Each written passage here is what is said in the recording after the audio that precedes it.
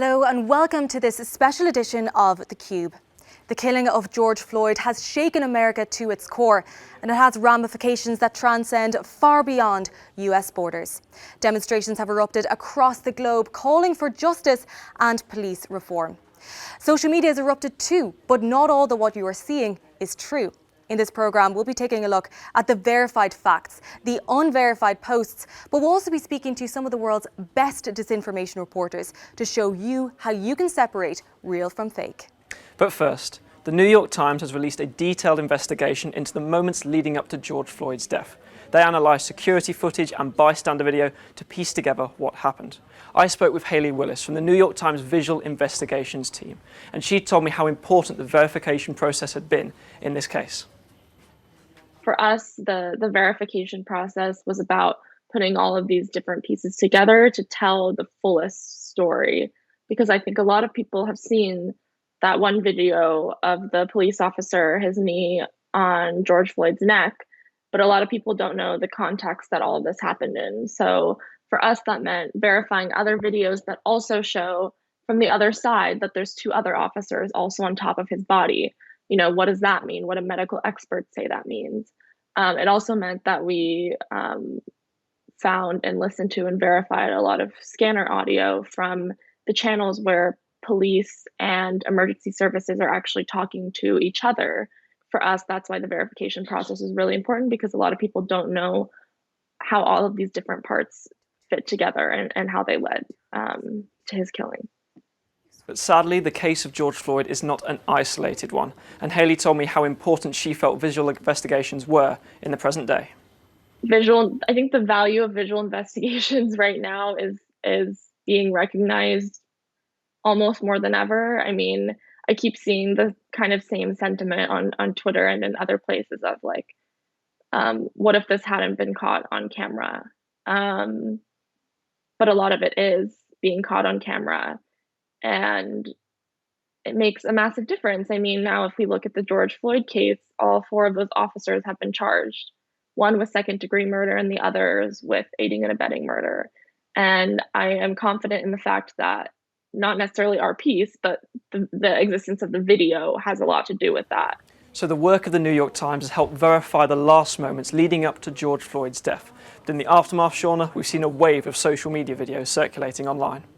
And there are some very legitimate conversations being had, some very real photos and videos. But however, there are misleading videos or videos that are simply false in totality being shared. So what we've done is we've gathered just a pinch as to what we're seeing on social media. We're going to walk you through step by step as to how we found the truth behind these videos. So this is one such clip that was shared on Twitter claiming that a white supremacist had stolen an ATM trying to catch a bus using the hashtag #IamAntifa. One of the first visual clues here we can see is that this is a New Jersey transit bus. What we first did was that we put the link in this into a tool that's called InVid. It allows you to have a wide range of uses, one of which allows you to get some of the key frames from the video. Once you have the frame that you want to use, you can then reverse search it, meaning you can look as to where this particular photo or clip from this video appeared on the internet before. Once we did this, we found this article, and it dates back to 2019. So one of the first things we know is that this is indeed not a new footage. It's not from the last couple of days, but also this article, local New Jersey article, says that this was in fact a prank that had been played out in New Jersey back at the time. But there are some videos that just lack a bit of context that are in fact real. Now this is a video that has been circulating online and on social media, and it is very distressing and shows a cop that has been very aggressive and punching a black woman on the ground. This happened in 2014. We used the exact same method as we just showed you to find that, but it is indeed true. However, there are posts that are simply wrong in totality that have been fact-checked over and over again, but are still being shared on social media. This is one such meme, and memes are incredibly dangerous when it comes to sharing false information. And it claims that George Soros, the billionaire, had said back in 2014, "I'm going to bring down the United States by funding black hate groups." It claims that he said this in a Bild article. Now, we were not able to find that so-called article, and in fact, Snopes, the fact-checking group, couldn't find it either. They've rated it false. However, it is still circulating on social media. media. But there are posts that appear on Twitter that have a long history. This is one such post, and it claims that it's a Craigslist ad that is paying people to go out against the US President Donald Trump in these demonstrations, paying these so-called protesters. Now we're going to take a look at the history of this particular post. We first looked on Tin Eye, that is searching as to where this particular post had appeared before, and we got some clues that this isn't a new piece of misinformation. In fact, it has been circulating a long time before, right back to the US President Donald Trump's election in 2016. Now this is just some of the posts that we found circulating on social media dating back to that particular time. One of the first posts we saw was from Imgur. If we take a look at the date here, that's November 12th, 2016. We can just take a look at just some of the other times this particular false piece of information had been circulating. Paul Joseph Watson, he's a very prominent right-wing speaker. He shared this post, again dating November 13th, 2016. This particular post, he said these were fake protest movements, again claiming that these were going to be paid protesters that were going out against the US president using this very same piece of misinformation. It then went far more widely shared, because once a prominent user shares it on a social media platform with millions or hundreds of thousands of followers, that's how misinformation can be spread, but it also shows how misinformation can be saved. We saw this particular post being shared on dubious websites such as this one, but also on other platforms such as this. But there have been other false pieces of misinformation, false so-called documents being shared. This is a very prominent one. Again, the same kind of sentiment found at a riot dropped by a hashtag Antifa terrorist. We took a look as to where we could see this one before. We found it in an InfoWars article dated back to 2018, and their source was 4chan. Now, 4chan has been coined the seedy underbelly of the internet, along with 8chan, and 8chan calls itself the darkest corners of the web. So you can see what kind of websites these are, and the InfoWars that cited this particular document back in 2018, it said their source was 4chan. We couldn't even get to the bottom of it. There's an anonymous web platform. And so you can see this is how misinformation can be spread. What is key here is that it is a very emotive time when these kind of posts get shared. And that's how they get to be shared so widely. But there are more tips to come. And after the break, we're going to be speaking to two experts on disinformation. We're going to be talking us through the misinformation landscape and giving you some more tips on what you need to know. That's after the break.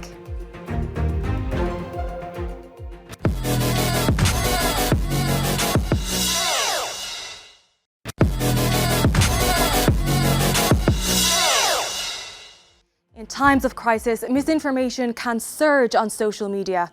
False or misleading information can override the truth, and that in turn can cause fear and confusion to spread. The events that have followed the killing of George Floyd have not escaped online rumour, and to discuss this more, I'm joined by two experts on disinformation. Jane Litvinenko, she is a senior reporter with BuzzFeed News, and Mariana Spring, she is a specialist reporter on disinformation with the BBC.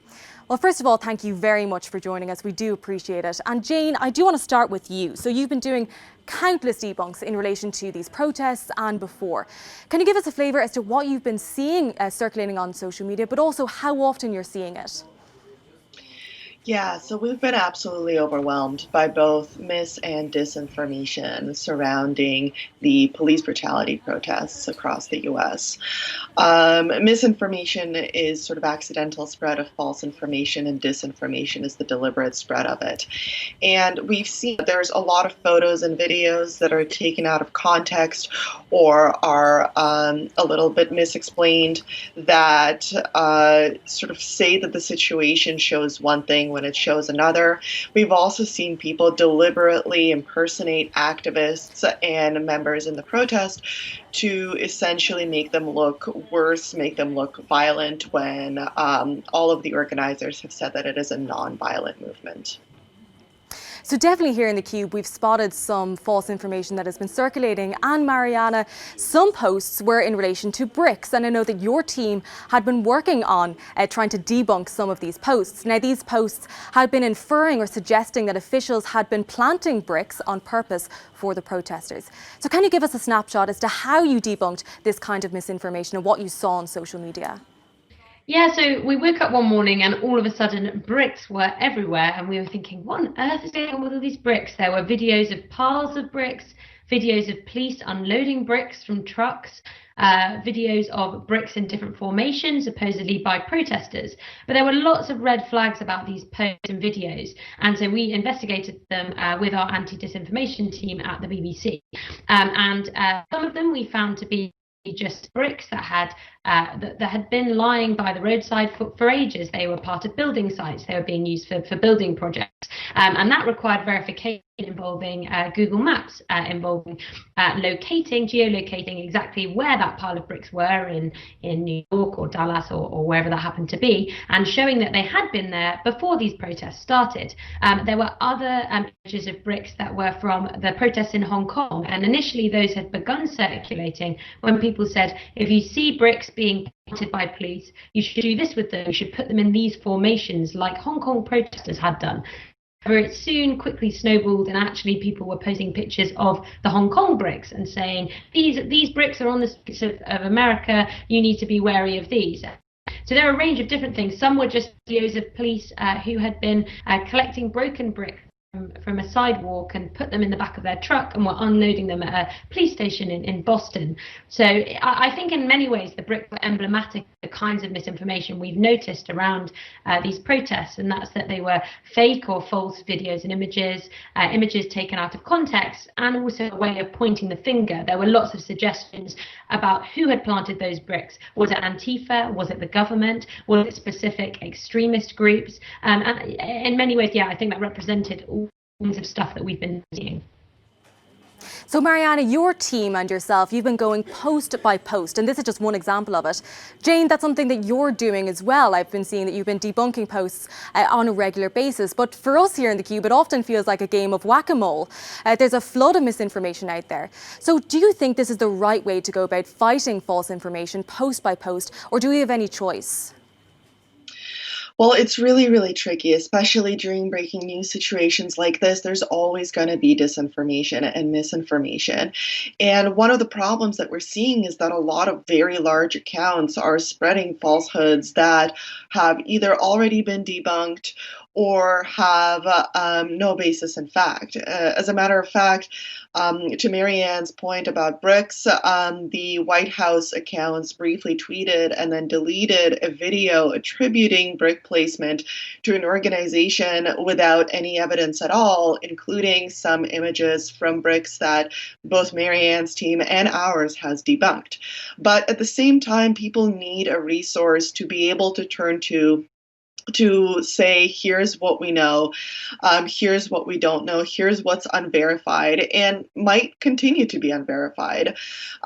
We pull those in one place with the hope that as people go through social media, they check what it is that might be going around that's false. And really the ultimate hope is that if anybody is personally spreading this disinformation, they ultimately remove it from their social media and correct it. It is a really tricky situation, but we all have a sort of personal responsibility to get as accurate of the information as possible at this moment.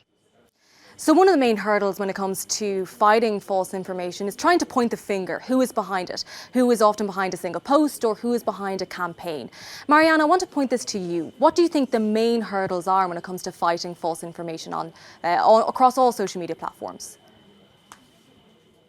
I think I'd echo much of what Jane has said, that actually it's very difficult. There are constantly things popping up. Trying to analyse the motivations of the accounts that share disinformation is incredibly difficult, and much of it is spread by people, particularly at a time like this, an incredibly emotive incredibly emotive news event unfolding means that lots and lots of people want to share things on social media. In fact, so much of the Black Lives Matter movement is being played out on social media, and as a consequence, it's the world that people are inhabiting, and so they accidentally often share misleading videos. There was one, for instance, showing a supposed FBI agent saying he was an African American man who was arrested, and he said, actually I'm an FBI agent, and supposedly, and everyone was in a way quite inspired by that. But actually, it turned out that was an old video, and there was no evidence that this man worked for the FBI. Nonetheless, it was shared multiple times by people wanting to say, oh, look at this is really uplifting. Look how terrible this police brutality is. So I think it's very much about trying to, as much as you can, flag misleading information and give examples of the kinds of things that are circulating so that people are able to keep an eye out for false videos, to stop and think when a post makes them feel especially strongly, to think about bias and why someone might be sharing something and why they might be wanting to point the finger of blame elsewhere.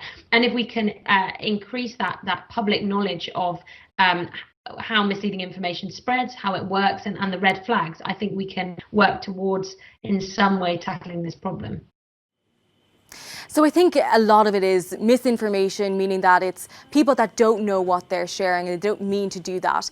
But one of the main talking points over the last year has been artificial intelligence, the role of AI in misinformation or disinformation when it comes to, for example, deep fake videos. So videos that appear to show somebody saying something that they're not, augmenting video and audio. Jane, what do you think the future is with regards to disinformation in the months ahead? And do you think that we're going to see more of this, or what kind of misinformation are we going to be seeing playing out?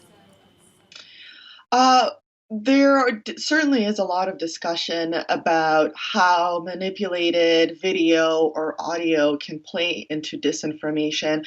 But right now, those are tactics that are primarily being used for harassment of women, but are not being used in misinformation and disinformation.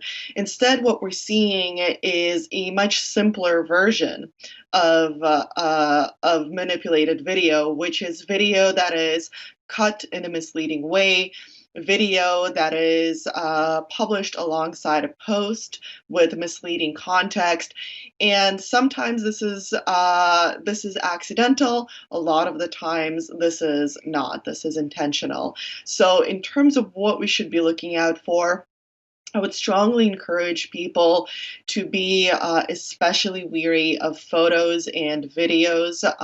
It is incredibly important for us to be able to share photos and videos, including of police brutality, on social media. But if they're being taken out of context, it can really be a sort of unpleasant, sometimes even dangerous situation. We've seen a lot of sort of, for example, instances of people using old photographs to say that a relative was missing during the protests. But if you do a quick reverse image search, you can very quickly find out that these photographs were taken from elsewhere. So it's really that more basic level of photos and images being misrepresented that we're worried about right now. So Mariana, you touched on this before, how much of an emotive time this really is for many people and how much of a wave of information is really on social media. So if you were to give some golden rules to our viewers, some things that people should keep in mind when they're scrolling through social media, what would they be? I think that there are three main things that people can do. The first one is to look for clues, that when you see a post, whether it's an image, a video, some text, that you actually think about, is there enough detail for me to figure out when this happened? Does it look recent? Is the weather right? Does it look like the right city or place? And if any of those questions return a strange answer, then look into it more. As Jane suggested, reverse image search. There are all kinds of tools online that you can use to interrogate posts for yourselves, because there are so many posts, it's hard for us to keep on top of them. The second thing is just to think about emotion. It's an especially emotional time, and it's so important that people are aware of police brutality, racism, and everything else that lots of individuals are talking about online. However, misleading videos will undermine legitimate injustices. They can confuse people, and they can make some people even angrier than perhaps they already are. So really pausing and thinking when a post makes you feel very strongly, and reflecting on why that post has been shared and whether you know enough about it. And that sort of leads on to my final top tip, which is to think about why the post was shared in the first place. The question of bias is a big one right now, and there are lots of people from all sides of the political spectrum wanting to point fingers, wanting to blame others. So really think about whether a post is making you feel angry at a person in particular or a particular group of people, and whether that's justified or substantiated. Jane, I'm sure you have many of the same rules, but if there's one golden rule that you provide to our viewers, what would that be? It would be to navigate away from social media and to search for whatever you're seeing along the words fact check or anything along those lines. Disinformation reporters, debunkers, fact checkers are working overtime right now to make sure that we get to the bottom of those viral posts that we're seeing. And if you're not seeing a fact check in the immediate results as you search for it, just hang on an hour. You do not need to share everything right away. But also, if you did share misinformation, that's okay. It happens to all of us. Make sure to remove it from your social media accounts and correct it so that the people in your immediate network understand that what they may have come across wasn't necessarily accurate. Thank you very much for speaking to us and providing us with your expert knowledge. That was Mariana Spring, a specialist reporter on disinformation with the BBC, and Jane Litvinenko. She is a senior reporter on disinformation with BuzzFeed News. Do stay with us. We'll have more on theCUBE and on this special edition after the break.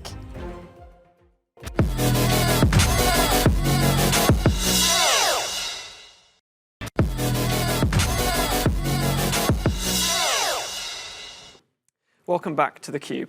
Throughout the programme, we've heard how misinformation can slip through the cracks of legitimate online conversation, especially when it comes to such an emotive subject as the killing of George Floyd.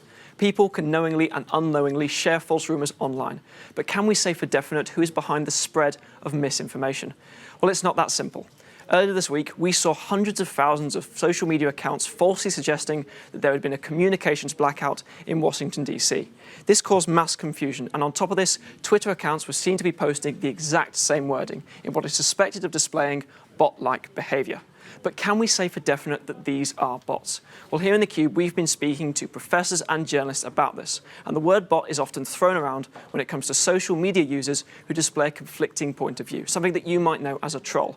Well, bots are different from that. That is when you have an automated account that is programmed to put out a specific message. In other words, it might automatically retweet content, and there is currently no detailed verification process to ensure that this doesn't happen. So even if we can say that these are bots, which is almost impossible to prove, it's not that simple. This is what one assistant professor told us in theCUBE. It's extremely difficult to find attribution in terms of these campaigns.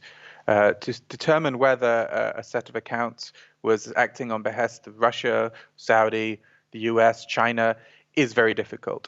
And most claims, unless there is a smoking gun, i.e. a whistleblower who provides evidence that suggests that this was the case, or some technical bit of information that definitively led to a certain building in which the accounts were operating, it's almost impossible to find this.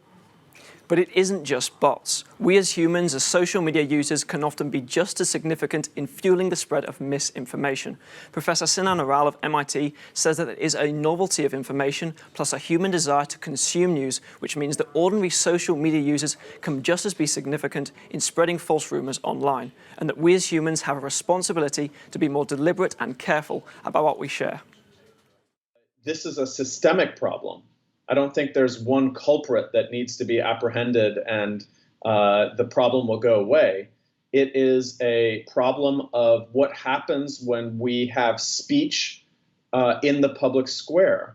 The spread of fake news doesn't really work well without human beings involved in the process. Humans are an essential part of the spread of falsity online. And on top of this all, we know that the landscape has changed when it comes to automated online activity since the 2016 presidential elections. Automated accounts have now become much, much more sophisticated and much more difficult for us, for journalists and researchers to spot. Not that it's impossible, but as I said, we can only have a good guess. And then we can send a list of accounts to social media companies and say, could you please investigate these? But they are the only ones who can tell with absolute certainty, yeah, this account or these number of accounts were automated. So whether it is a bot, somebody arguing a point, or somebody falsely sharing misinformation, our message is always be skeptical about what you see.